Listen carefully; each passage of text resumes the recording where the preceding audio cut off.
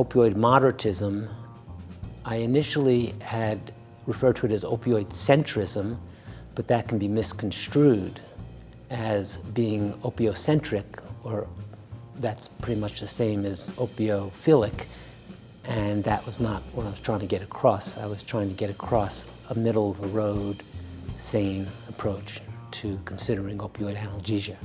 The pain community, I believe, is unsure of how to take that phrase. Right now, the pain community is so divided, society is so divided in regard to opioids. And I look at it almost the same as I look at things politically. You know, people are very divided politically right now, and similarly, no one wants to be on the fence. And maybe the fence is a place that we really need to consider.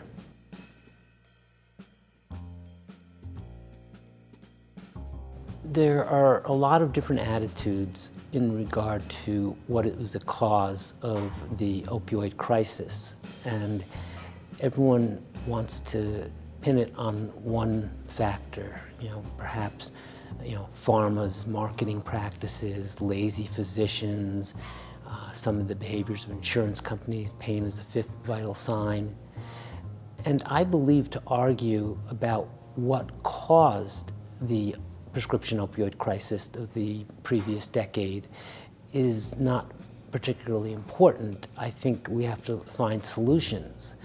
And I still believe that if physicians and other prescribers prescribe and do it in a measured way and mitigate risk of abuse, diversion in every possible manner with all of these evidence-based approaches, and that will include contracts, urine drug testing on a more frequent basis, consistent consultation with prescription drug monitoring programs in various states, that all of these have been established as reducing misuse, abuse, diversion, yet physicians don't seem to be terribly interested in it. And unfortunately, patients see that as a problem as well, because they look at it as an infringement upon their privacy.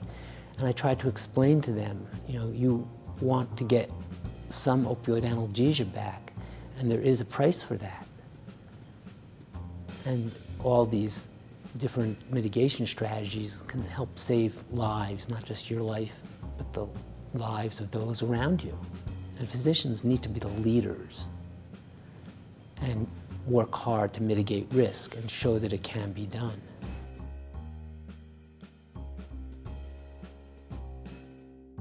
I think it's important to distinguish between ethical versus unethical opioid tapering.